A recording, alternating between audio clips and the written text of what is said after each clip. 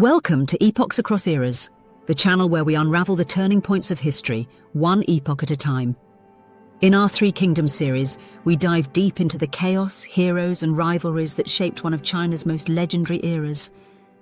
But before kingdoms rose, they were born from rebellion. And that story begins here.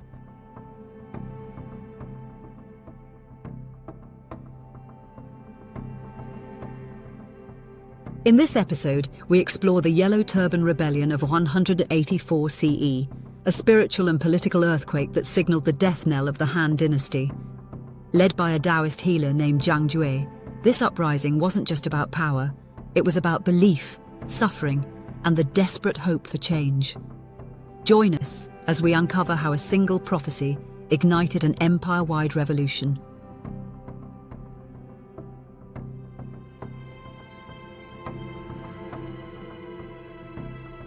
Imagine a world where the emperor is silent, the crops have failed, and the heavens no longer seem to listen. A wandering healer appears, offering not only remedies but prophecy, declaring that the old dynasty is finished and a new age is dawning.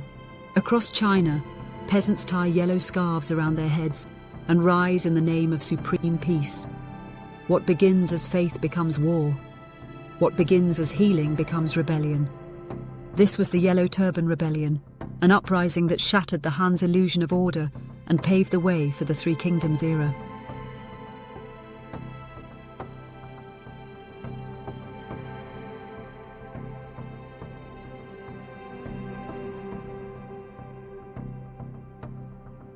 By the mid-2nd century CE, Han China was in turmoil.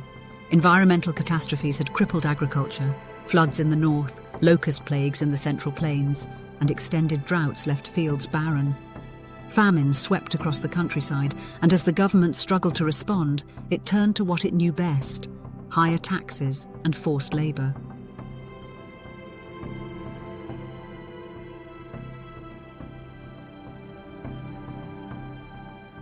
Peasants already starving were pushed further into desperation.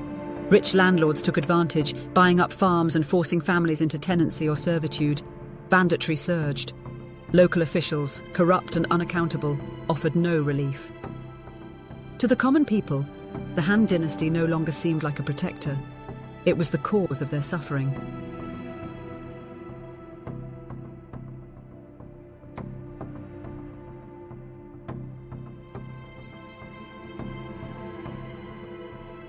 These conditions created a vacuum, not just of power, but of hope. Into this hopeless landscape stepped Zhang Jue, a reclusive healer from Julu Commandery. He practiced Daoist healing arts and claimed to receive visions from the deity Taiping, Supreme Peace. Zhang taught that the Han Dynasty had lost the mandate of heaven and that a new era must arise.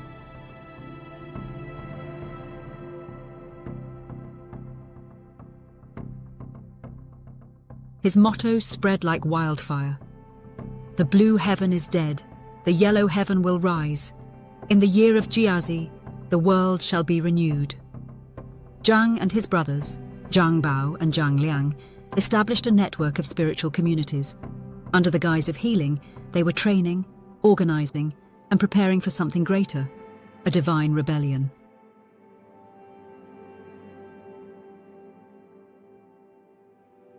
Their followers, known as the Yellow Turbans due to their distinctive headscarves, were not just soldiers, they were believers. By 184 CE, Zhang Jue had gathered hundreds of thousands of followers.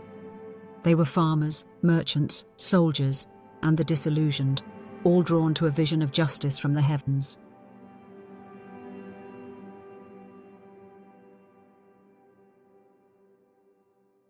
On the first day of spring in 184 CE, Zhang Jue launched his uprising.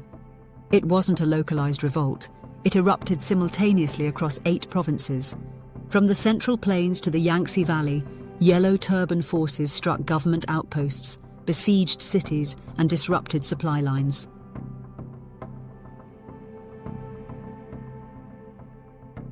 The Han court, caught off guard, panicked.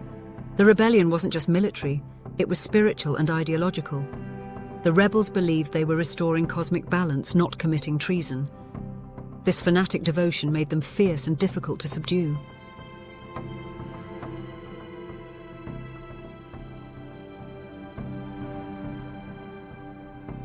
the imperial response was equally desperate.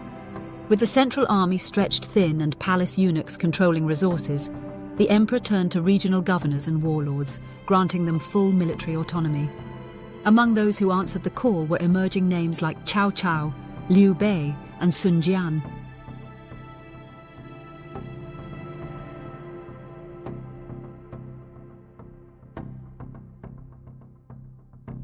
Though Zhang Jue died during the campaign, possibly of illness, the rebellion raged on. It took years to suppress the remaining Yellow Turban factions. Some transformed into roaming bandit groups, others joined future warlords.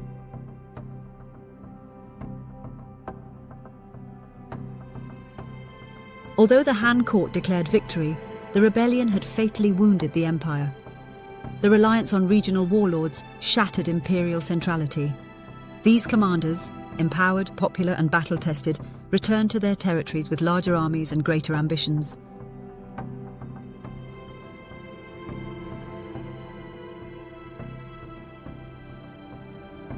The Yellow Turban Rebellion also exposed the emperor's helplessness. Real power now lay with generals, governors and eunuchs who battled over influence. A new precedent was set. Anyone with enough troops could control the throne.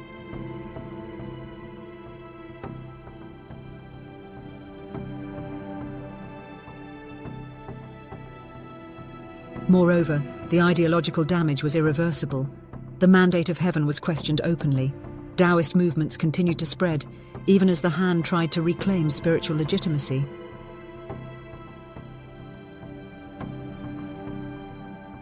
Ironically, the rebellion meant to restore peace ended by ushering in decades of warfare.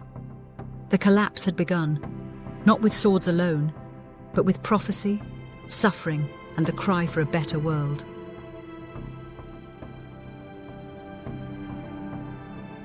The Yellow Turban Rebellion was more than a peasant uprising. It was the moment the Han Dynasty truly lost its grip. It showed how spiritual belief could become political resistance. It gave rise to the warlords who would dominate the next century, and it shattered the illusion that the emperor alone held divine favor.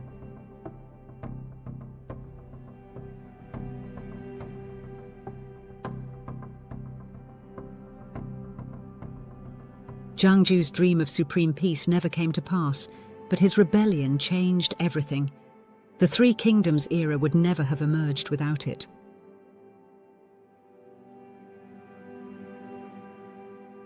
In our next episode, we'll explore what followed in the rebellion's wake, the rise of the warlords, the tyrannical Zhang Jue, and the final unraveling of Han authority. Thank you for watching Epochs Across Eras. If you enjoyed this journey through history, make sure to like, subscribe, and hit the notification bell so you never miss an episode. Let's keep exploring the past to uncover the stories that shaped our world. Until next time, keep questioning, keep learning, and keep exploring the epochs that define us all.